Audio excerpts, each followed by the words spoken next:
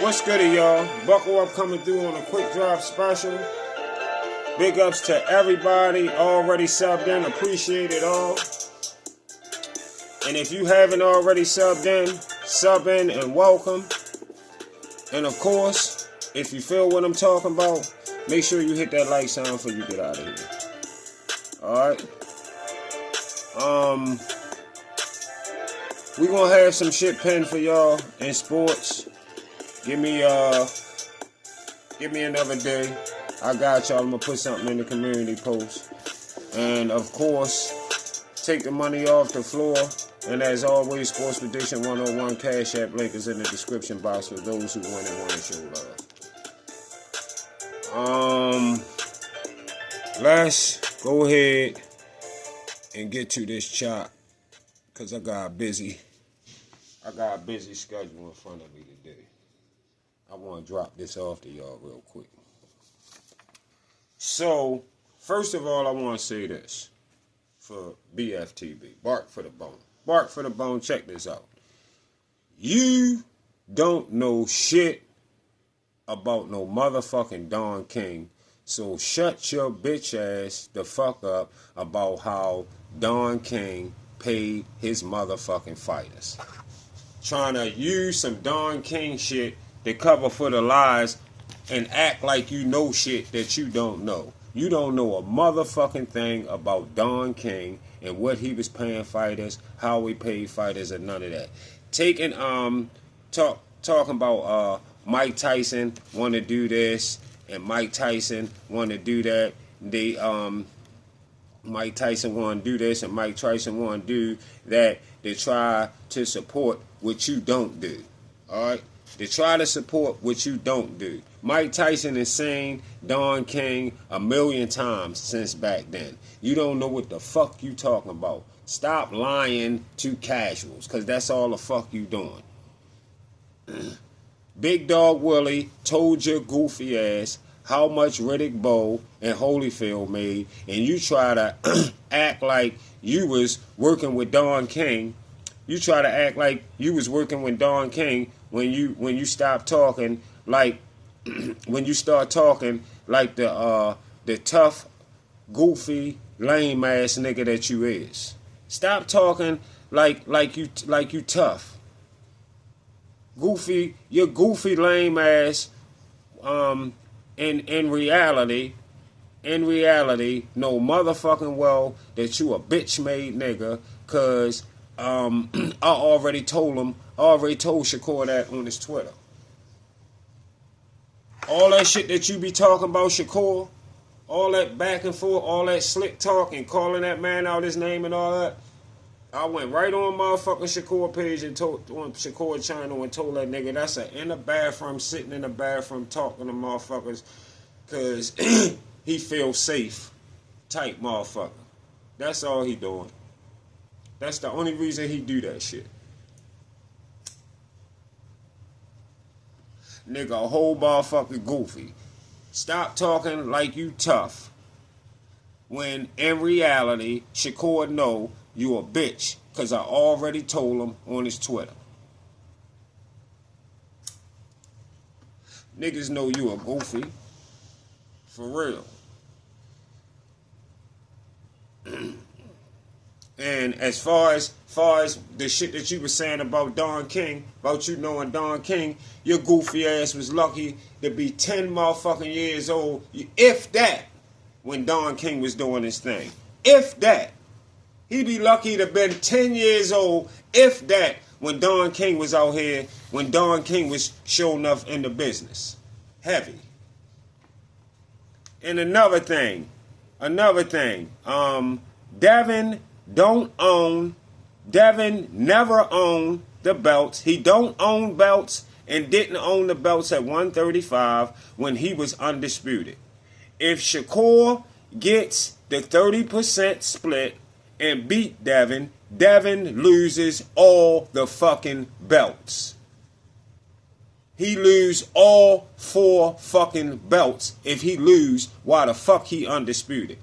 trying to put that fake ass, false narrative ass information out there talking about if he would have fought him for the mandatory, if he would have fought him for the one belt, yeah, it would have been one belt. Yeah, it would have been one belt. No, it wouldn't have been one belt. He would have got his motherfucking 30% and he would have beat Devin. Devin would have lost all 4 belts.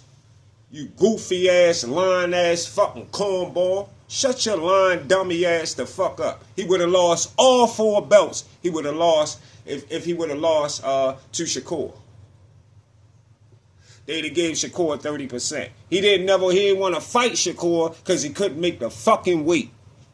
He couldn't make the fucking weight, like the nigga came on your live and told you he couldn't make the fucking weight, and he wanted to go to 140. Simple as that. And he didn't send no motherfucking 3 offers because Bob Arm said they only sent 1. And Bob Arm said it was a bullshit offer because he wanted to go to 140 and knew Shakur wouldn't accept the offer. Bob Arm said that out his own motherfucking mouth. So what you say is irrelevant. I always tell you goofy dummy ass that shit. It's irrelevant. And another thing, don't let this fucking cornball tell y'all that there's no fighter that got more than 25% to fight an undisputed fighter in the history of boxing. Even if they was entitled to get more. Because he don't know that. He don't got shit to prove shit that he's saying. Nothing. I hear y'all sitting on there talking to him. Where did he get that information at? Like he asked y'all, ask him, where did you get that information at? Prove that to me. Don't tell it to me. You too fucking young to tell it to me. Way too fucking young. Goofy ass nigga. Now, reaching super belt status in boxing. Reaching super belt status in boxing is very important. This quick drop special is most definitely for all the casual fans we so happen to have in the sport and don't really understand simple things like why it's important for you to become a super belt holding champion in the sport of boxing. And if you can add unified to that accolade as well, and if you have the opportunity to add undisputed, of course you might as well go ahead and get that top grade accolade as well. One of the first things that's impressive to a boxing fan about a super belt is how they know that's what you're carrying is when they know that's what you're carrying. That's what separates you from the rest of the fighters, because they know you carrying a belt that nobody else is carrying, that very few is carrying in your division, and these guys just don't have one. I'm pretty sure since the beginning of people being able to win the championship and get awarded through a trophy or something, that separates you from the rest always. It's something athletes definitely wanted to do once the opportunity was given to be able to separate themselves by becoming champions. And pretty much anything you do, y'all, we all know that. Pretty sure y'all listening to me now, y'all know if whatever you get into, I don't care what the fuck it is. Whatever your workplace is, if you like your job or whatever that you into, whatever you do in life, I'm pretty sure you wouldn't mind being known as a top quality in whatever you do, a top guy. You know, if you could go to some type of convention where they might give out an award for the best person that worked in what you do, and if they give you that award, you would take it gracefully and be happy about it and appreciate it, that people realize that. Awards make people, it shut people up and it make people realize, damn, he did it. Once you get a belt, when you win your first belt and you go to the top, you made it to the top. Like Tank did. Tank made it to the top when he went up there and fought Pedraza and ended up beating Pedraza and won his first belt. And he didn't do it as a C-level fighter, like Bark for the Bone over there trying to call him right now. Tank Davis is far from a C-level fighter. He is definitely not a C-level fighter. Now, his man Deontay Wilder is definitely C-level or lower. D-level. Somewhere in there. His favorite fighter is a C-level fighter. Look at him, y'all. Look how he box. Look how he fight. Watch his footwork. Watch everything he do. Go to his fights. Go look at his fights. Go look at Deontay Wilder fights. Go back and look at Deontay Wilder fights and look at Tank fight and watch how they fight. Look at the two different styles. Deontay Wilder is more like your C-level, if he's even C-level. He's probably D-level. Gervonta Davis is definitely a A-level opposition to anybody getting in that motherfucking ring with him. No doubt. All right?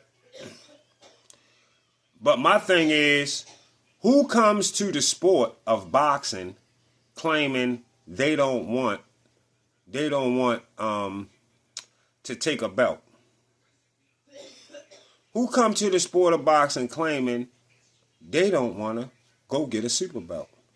Now, I heard Keyshawn Davis on an interview the other day talking about how you got to pay sanctioning body fees to carry a super belt in boxing. And it's like a 3% fee, I think, per fight, which in my opinion doesn't hurt, or per year or something like that, which in my opinion, it doesn't hurt those fighters' pockets at all. And I'm pretty sure it's a reason why they changed that, why they charged that small sanctioning fee.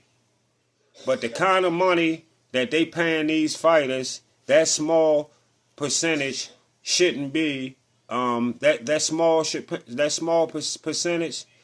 It shouldn't be a it shouldn't even be a non-seeable dent trying to park type of accident. That shit is nothing. That shit ain't putting no dent in your pockets at all. That shit can't be putting no dent in your pockets.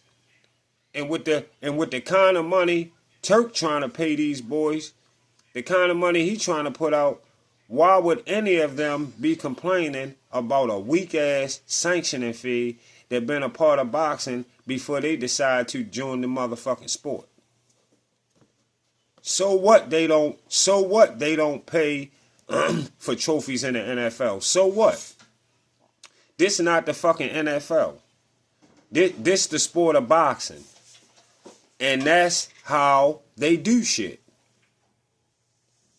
You just a visitor as a fighter, and so many fighters coming into this sport don't even make it to the level of even having a belt.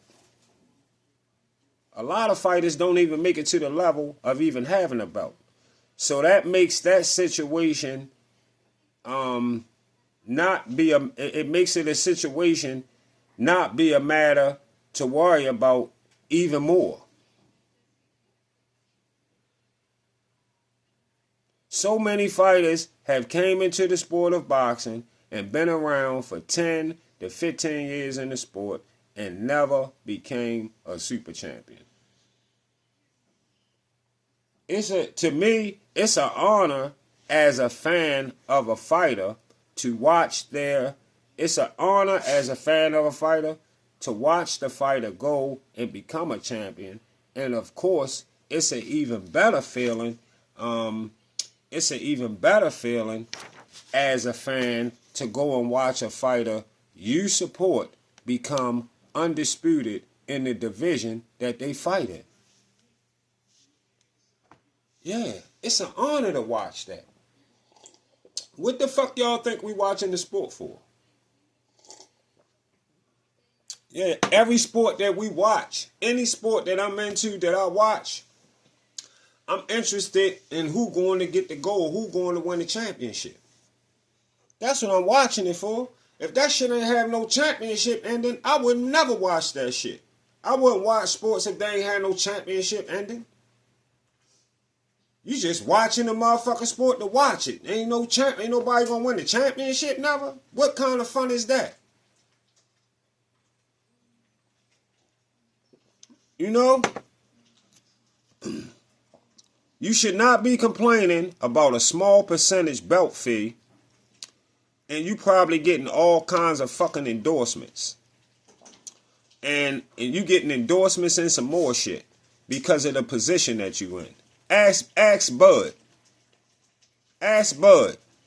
1 minute Bud was a nobody, and now he got all kinds of companies coming from all directions simply because of his fucking accolades.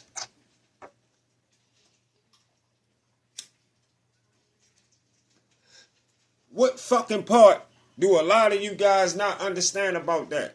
Who don't recognize accolades? You know?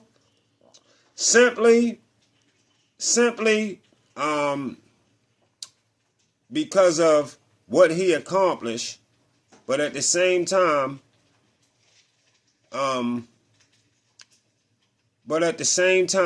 nobody ass a nobody ass YouTube cornball like BFTB always hating on accolades and accomplishments, but it don't mean shit. And it don't mean shit.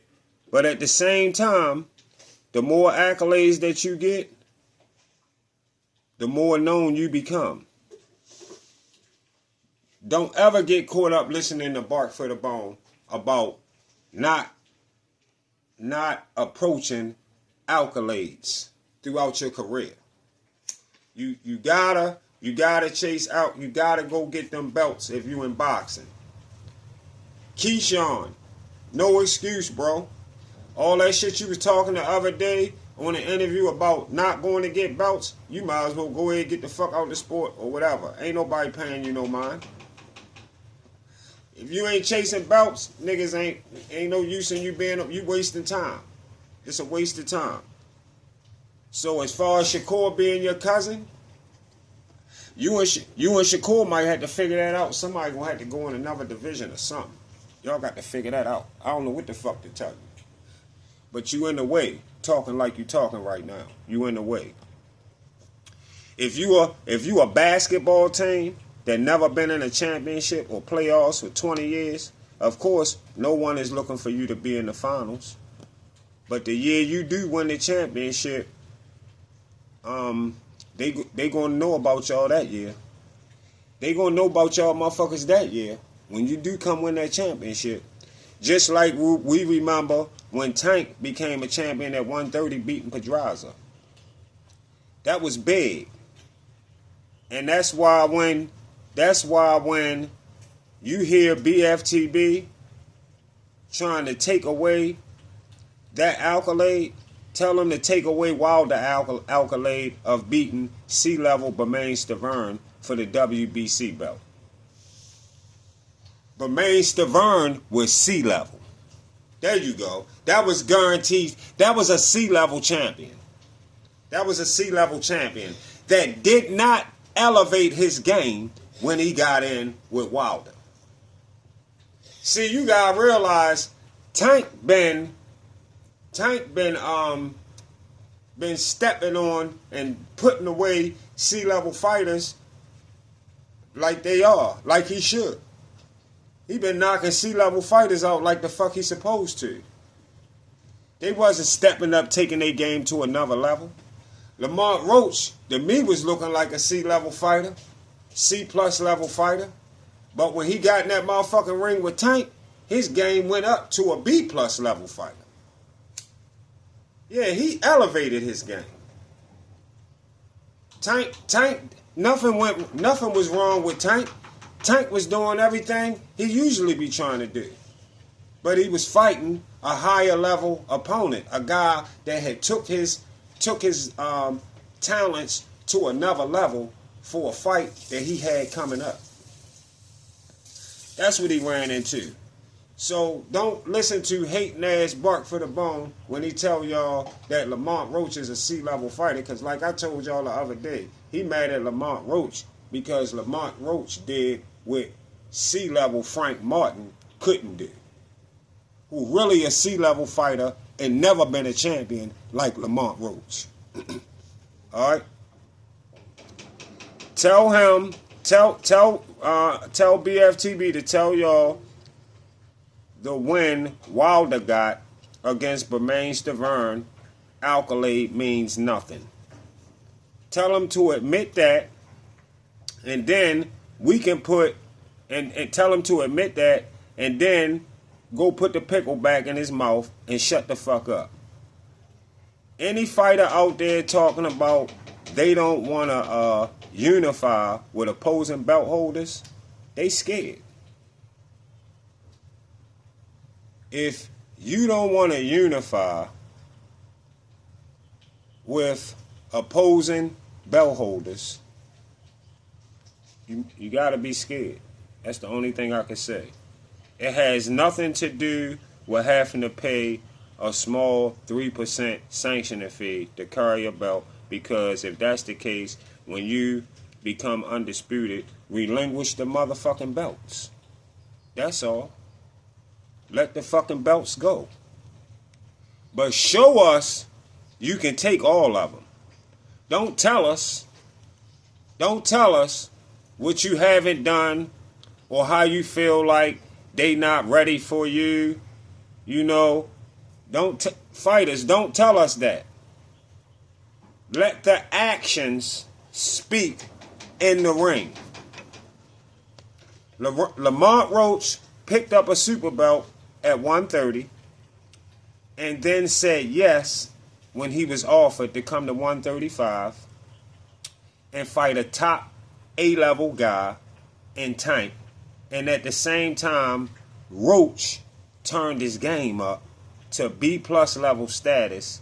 So he definitely not a C-level fighter.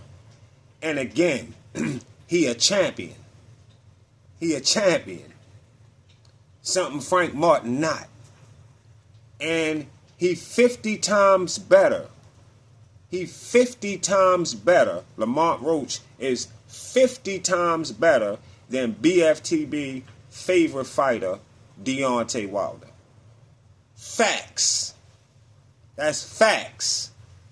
And he didn't take long to take a dangerous fight at the next weight class when Wilder, like Shelly Finkel said, was just a baby and couldn't unify or fight nobody of A or B level status in his first 30 fucking fights.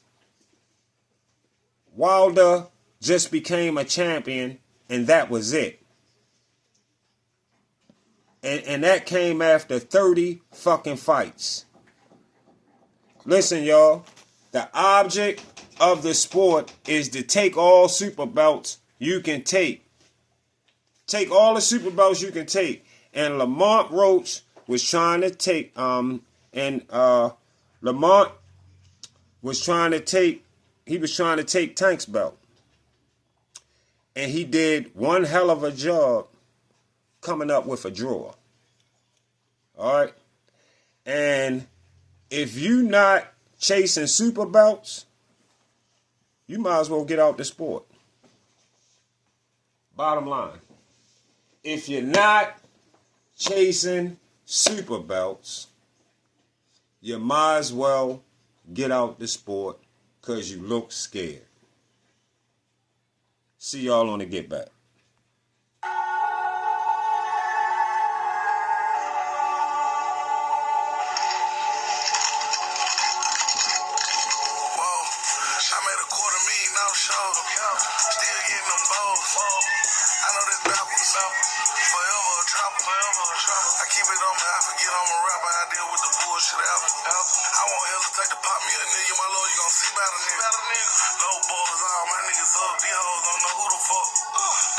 So deep in a nigga back, I don't know who to trust. Damn, I was confused when I table at players. Just have a real nigga sit down. I'm in Miami with the vibe, blocking all these bitches that tell lies. Had it with big leg for the summer. You know this truck 200. I just be living out all these moments. I can't believe I done it. I'm on some shit bigger than the city. I let you little boy run. I don't know shit about murders. I just be full of that purple. I don't know nothing about nothing. I just be counting that money.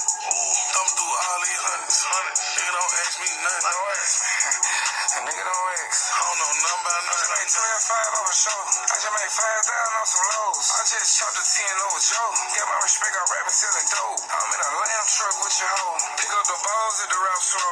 I'm sipping deal like a flunky. I don't want to point the shots to me, you know. I don't want to put this together regardless. I'm in a big bar, it's on a party. I couldn't even fit them hoes in the Rari. Nigga, but I hit shit, but it's noggin. I made them up the cameras at the party. Fuck up 100,000 with my posse. Makeup, lace front, her nails, I know she toxic. You gotta ask about me, I get you hit. I got my young niggas ready to tick. She say you acting like they cause you rich. Her mouth dry when she tell me my shit. You never had blood on your kicks. You never seen a nigga body twist. On and off camera, I'm popping this shit. I got like 200,000 hit. Yeah. I don't know nothing about it. I don't know shit about shit, don't ask. I ain't trying to little no bitch, she ratchet. Out of Miami, 6 points in traffic. Nigga from the city, that ain't in my bracket. They ain't know this shit gon' happen. I just made a 10 on God, I'm rapping. Many AR, everywhere, shoot rap. Try me at the show, I'm crash. 25,000 on the roller, bitch bucks. Whole lot of ice in my mouth, shit crushed. Hey, bitch got away, goddamn, he lucky. Hit him 6 times, but still we touched. I just spent 1,500 on the team. I don't want to put 30K on my teeth. I just put a flat back box on the Glee. Glock 29, get the ticking like G or something. He should be rapping about murder, ain't nothing. Nigga, little boy, these nigga my son. We little boy, these nigga they chrome. Folks in the shop, my nigga sent bomb.